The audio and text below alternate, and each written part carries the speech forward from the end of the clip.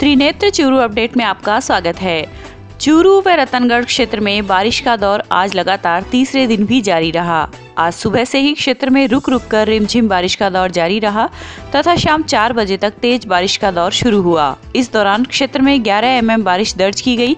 लगातार 3 दिनों से बारिश होने के कारण क्षेत्र के कई निचले भूभागों में बरसाती पानी भरा हुआ है तथा आवागमन बाधित है। सबसे ज्यादा परेशानी चूरू रोड, देरासर सड़क मार्ग, पशु चिकित्सालय आदि स्थानों पर जल भराव के कारण लोगों को उठानी पड़ रही है। वहीं तारानगर तहसील के गांव बाय में आज हुई बारिश के चलते गांव की गलियों में पानी भर गया और खेतों में पकी हुई खड़ी मूंग और मोठ की फसल खराब हो गई। कांग्रेस अभाव अभियोग प्रकोष्ठ के प्रदेश महासचिव मनोज जोशी ने मेल द्वारा जिला कलेक्टर चूरू को पत्र भेजकर गांव बाय व आसपास की भारी बारिश से खराब हुई फसल का सर्वे करवाकर राज्य सरकार से किसानों को मुआवजा राशि दिलाने की मांग की है। आज भारी बारिश के कारण खेतों के अंदर भारी नुकसान हुआ है। मूंग और मोठ की फसलें जो खड़ी थी वो भी ख़राब हो गई और जो किसानों ने खेतों में काट के डाल रखी थी वो भी पानी में तर हो गई। और साथ ही मैं राज्य सरकार और जिला कलेक्टर महोदय को पत्र लिखकर मांग की है कि हमारे बाएँ तथा आसपास के गाँव में किसानों में जो नुकसान हुआ है फसल बर्बादी का, उनको सर्वे करवाकर उनको शीघ्र मुआवजा दिया जाए। राजलदेसर कस्बे में भी लगातार हो रही बारिश की वजह से जहां आमजन का जनजीवन अस्त व्यस्त हो रहा है, वहीं किसानों के लिए भी लगातार बारिश होना सरदर्द बना हुआ है। राजलदेसर नगर पालिका के चेयरमैन पति नानूराम मेघवाल, नगर व पालिका के अधिशासी अधिकारी मनोहर लाल जाट ने आज कस्बे के विभिन्न वार्डों में पालिका के अधिकारियों के साथ मौका मुआयना किया।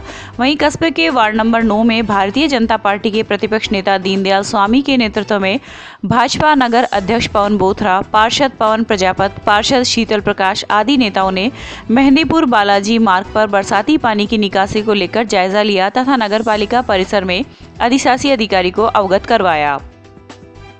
कल मौसम की भारी बरसात राजलदेसर में हुई और इस वजह से राजलदेसर कस्बे के मुख्य मार्गों में और कई आम रास्तों पर कई घरों में बरसात का पानी घुस गया। आज हमने हमारे पार्षदों के साथ कई जगह मौका मुआयना किया है। सड़कों पर पानी भरा हुआ है अभी भी और कई जगह घरों में भी पानी है। मैं नगर पालिका प्रशासन से हम सब ने मांग की है, ईओ से मिलकर मांग की है कि इस पानी की तुरंत व्यवस्था की जाए। यहाँ जनरेटरों की कमी बताई जा रही है, तो नगर पालिका प्रशासन को जनरेटर की व्यवस्था करके तुरंत पानी का निस्तारण करना चाहिए। ऐसा है कि गत 15 दिनों से कस्बे में लगातार भारी बरसात हो रही है और पानी के लिए हमारे पास में जो भी संसाधन है उनके द्वारा हमारे बराबर पानी फेंक रहे हैं। कई घरों में भी पानी काफ़ी घुस गया था, उनको भी हमने जनरेटर लगा करके राहत देने मेहनत करके उनको घरों से भी निकासी करवाई है। हमारे 5-7 पॉइंट ऐसे हैं, उनमें क्या है कि वो पानी निकासी का कहीं भी कोई साधन रास्ता नहीं है। जैसे बंडवा रोड है, थोड़ी सी बरसात होते ही क्या है कि पूरी सड़क है वो लबालब हो जाती है, आवागमन बंद हो जाता है। थाना रोड का पॉइंट है, वहाँ पर भी भयंकर समस्या रहती है। हॉस्पिटल रोड है, तो वहाँ हॉस्पिटल के चारों में तो इवन क्या है कि 2-2, 3-3, 4-4 फीट तक पानी, ये बस स्टैंड, सुभाष चौक, बाजार तक यदि पानी पहुँच जाता है। फिर भी हमारे पास में एक 60 HP का ये मशीन मोटर लगी हुई है और जो ही लाइट बंद होती है तो 20 HP का हमारे पास में जनरेटर है, पंप सेट है, उनसे हम बराबर व्यवस्था पानी निकासी की करवा रहे हैं। हो सकता है कि 2-4 घंटे के लिए तो लोगों को परेशानी हो, लेकिन बराबर हम मॉनिटरिंग कर रहे हैं और पूरी ढंग से व्यवस्था की। केंद्र सरकार के द्वारा असंगठित श्रमिकों हेतु प्रारंभ की गई CSC के तहत बनाए जा रहे निःशुल्क ई-श्रमिक कार्ड बनाने की प्रक्रिया का आज उपनेता प्रतिपक्ष राजेंद्र राठौड़ व सांसद राहुल कसवा के द्वारा उद्घाटन किया गया। इस अवसर पर उपनेता प्रतिपक्ष राजेंद्र राठौड़ ने कहा कि केंद्र की नरेंद्र मोदी सरकार के द्वारा हर वर्ग के लिए विकास कार्य किए जा रहे हैं, चाहे वह किसान हो या मजदूर या देश के अन्य नागरिक। मोदी सरकार ने हर वर्ग के लिए लाभ की योजनाओं को देश में लागू किया है। उन्होंने योजना की जानकारी देते हुए कहा कि इस योजना से देश के सभी श्रमिकों को लाभ होगा। विशेष रूप से सामाजिक सुरक्षा बीमा योजना के द्वारा परिवार पर आई किसी भी आपदा के समय उसकी मदद हो पाएगी। इस अवसर पर मंडल अध्यक्ष सुरेश सारस्वत, दीनदयाल सैनी, प्रदेश कार्यकारी सदस्य डॉक्टर वासुदेव चावला सहित अनेक कार्यकर्ता उपस्थित थे। अनूठी योजना ई श्रम कार्ड योजना, उसके पंजीयन का काम आज चूरू जिला मुख्यालय से प्रारंभ हुआ है। वो लोग जो लगभग 52 कैटेगरी में अलग अलग श्रम के साथ जुड़े हैं, उनको मुफ्त में 2 लाख तक का बीमा का कवर दे रही है भारत सरकार। एक डेटाबेस तैयार हो रहा है, अनेकों योजनाओं के वो भागीदार बनेंगे। जहाँ राजस्थान की हुकूमत ने श्रम कल्याण की सारी योजनाओं को बंद करके श्रमिकों के साथ कुठाराघात किया है, वहीं भारत सरकार की योजना निश्चित तौर पर संजीवनी बनकर आए हैं। आज बड़ी संख्या में लोग अपना पंजीयन चूरू में करवा रहे हैं। सरकार का एक बहुत ही अनोखा प्रोग्राम है ई श्रम। ई श्रम एक प्रोग्राम ऐसा है जिसके अंदर हम एक डेटाबेस तैयार करेंगे सोसाइटी के अंदर। जिस वर्ग का जो व्यक्ति जो काम करता है वो अपनी उसकी 155 कामों की एक लिस्ट है, अलग अलग सेक्टर में बांटा गया है। हमें चाहते हैं कि हमें आंकड़ा जो चूरू के लिए मिला है वो 6 लाख लोगों का रजिस्ट्रेशन कराना है। उसके अंदर हमें कोशिश है, इसकी शुरुआत मैंने आज कोशिश करी हमने मिलकर कि चूरू से की जाए। हर तहसील में जाके इसका प्रचार प्रसार करेंगे। जब भी कोई देश में आपदा आती है और हमें एक सही वर्ग के व्यक्ति को उसका लाभ देना होता है, उसके अंदर ये कार्ड बहुत काम आएगा। लोगों की स्किल को इम्प्रूव करने में कार्ड बहुत काम आएगा। साथ में 12 रुपये की एक प्रधानमंत्री जीवन सुरक्षा योजना की जो बीमा है उसका प्रीमियम भी गवर्नमेंट ऑफ इंडिया 1 साल के लिए पे कर रही है। एक अनूठा एक योगदान है इसका। ये पहला चरण है।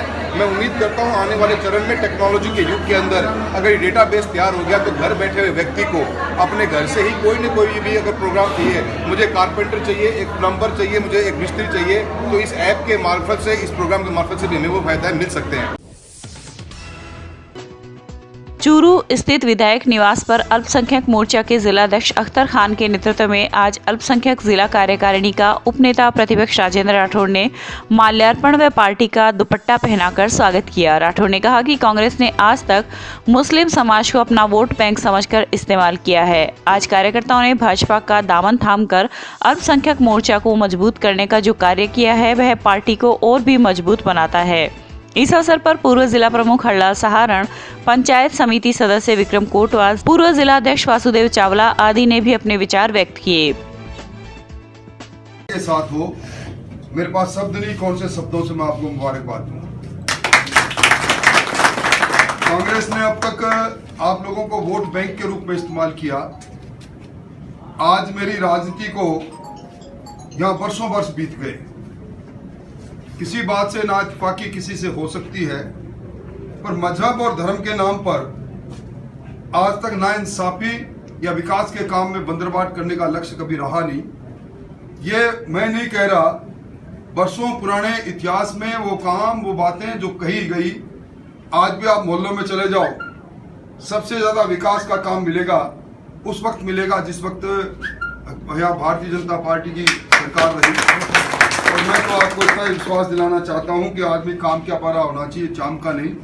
काम करे, मोहब्बत रखे, मोहब्बत बांटे और हिंदुस्तान के अंदर हिंदुस्तानी बनकर हम रहें। हमारा ध्येय कुछ नहीं, इबादत करने का तौर तरीका अलग अलग हो सकता है।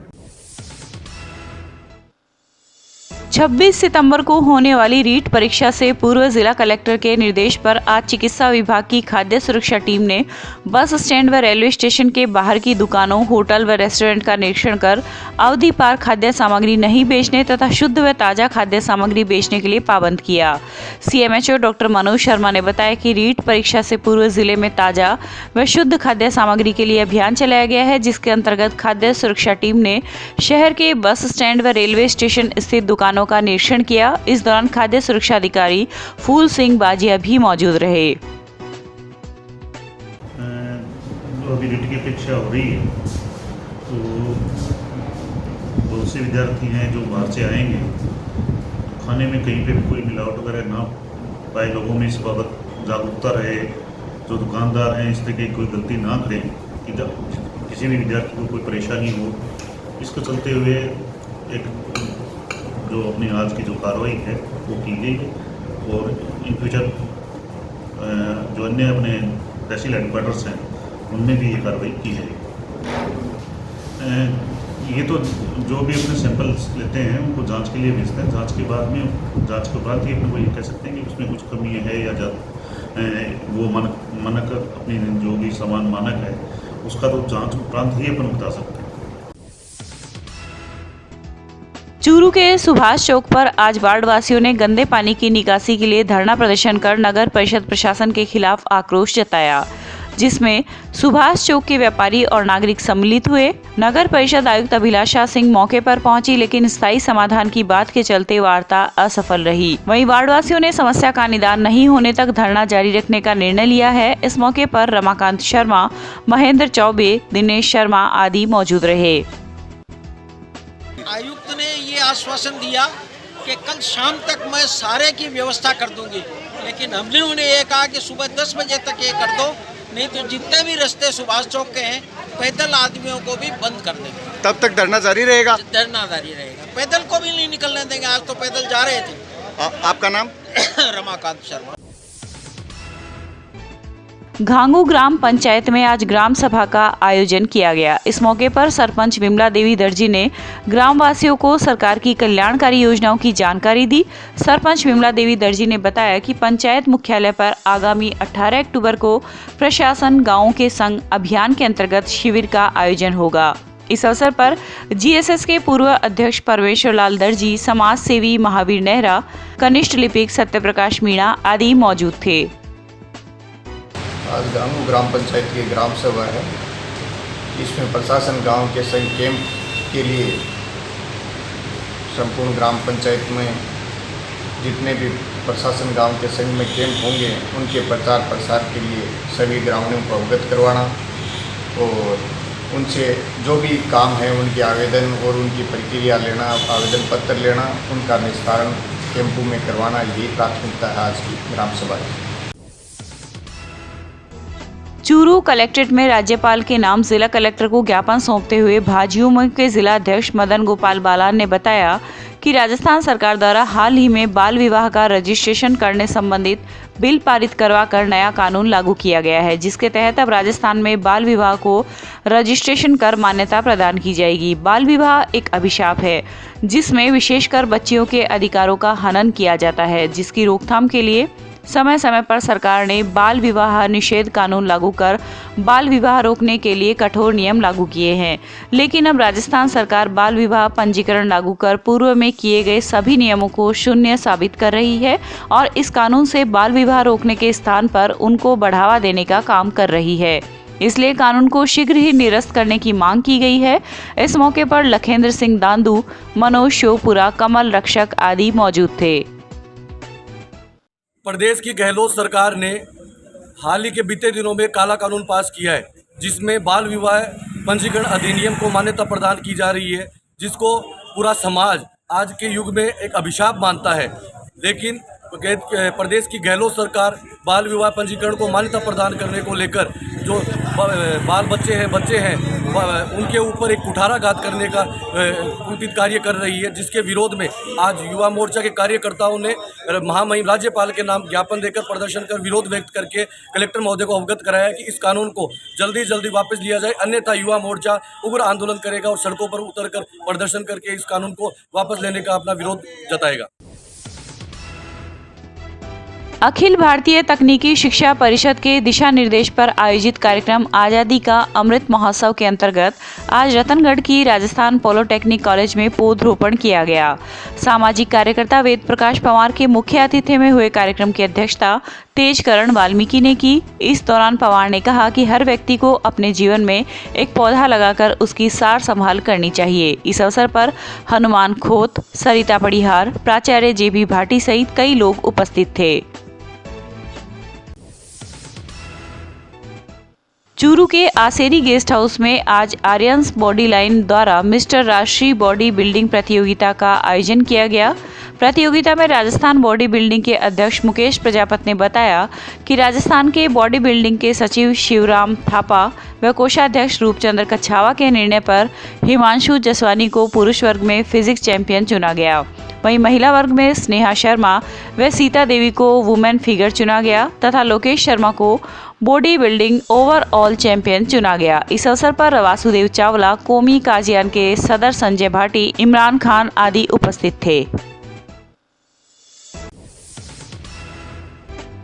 राजस्थान एसोसिएशन ऑफ डेफ की ओर से आज मूक बधिरों के प्रति संवेदनशीलता विकसित करने और उनकी सांकेतिक भाषा के प्रसार के लिए international day of sine language मनाया गया। इस दौरान संस्था के सदस्य सुरेंद्र पारिक, पिंटू एवं प्रिया शेखावत ने जिला कलेक्टर सांवरमल वर्मा से मिलकर उन्हें सांकेतिक भाषा के बारे में जानकारी दी। जिला कलेक्टर ने कहा कि मूक बधिरों की समस्याओं के संवेदनशीलता से समाधान की दिशा में सांकेतिक भाषा का प्रसार जरूरी है। समाज इनके प्रति संवेदनशील होगा और लोग इनकी भाषा समझेंगे तो हम ज्यादा बेहतर समाज की रचना कर पाएंगे। जिला विधिक सेवा प्राधिकरण के अध्यक्ष बलजीत सिंह के निर्देशन में जिला मुख्यालय स्थित एडीआर सेंटर में आज विधिक चेतना समिति की बैठक का आयोजन किया गया। बैठक को संबोधित करते हुए विधिक सेवा प्राधिकरण के सचिव प्रमोद बंसल ने कहा कि समाज के कमजोर वर्गों एवं महिलाओं में विधिक चेतना के लिए ज्यादा से ज्यादा जागरूकता गतिविधियों की जरूरत है। इसलिए विभिन्न आयोजनों के साथ साथ विधिक चेतना से जुड़े बिंदुओं और कानूनों को चर्चा का विषय बनाया जाकर लोगों को जागरूक किया जाना चाहिए। इस दौरान सामाजिक न्याय एवं अधिकारिता विभाग के सहायक निदेशक नरेश बारोठिया, एडवोकेट रामेश्वर लाल प्रजापति, एडवोकेट राजेंद्र कुमार राजपुरोहित आदि उपस्थित थे। रतनगढ़ के निकटवर्ती गांव बीनादेसर के आंगनबाड़ी केंद्र पर आज पोषण माह के अंतर्गत समुदाय आधारित कार्यक्रम अन्नप्राशन का आयोजन किया गया। सरपंच कमला देवी के मुख्य आतिथ्य में हुए कार्यक्रम में 6 माह की आयु पूर्ण कर चुके 3 शिशुओं को तिलक लगाकर ठोस आहार चूरमा खिलाया गया। महिला पर्यवेक्षक कंचन शर्मा ने बताया कि 6 माह की आयु पूर्ण करने के बाद बच्चों को मां का दूध पर्याप्त नहीं होता है, इसलिए ऊपरी आहार भी देना चाहिए। इस अवसर पर कार्यकर्ता भगवानी देवी, गंगा, गायत्री, मंजू सहित कई धात्री महिलाएं उपस्थित थी।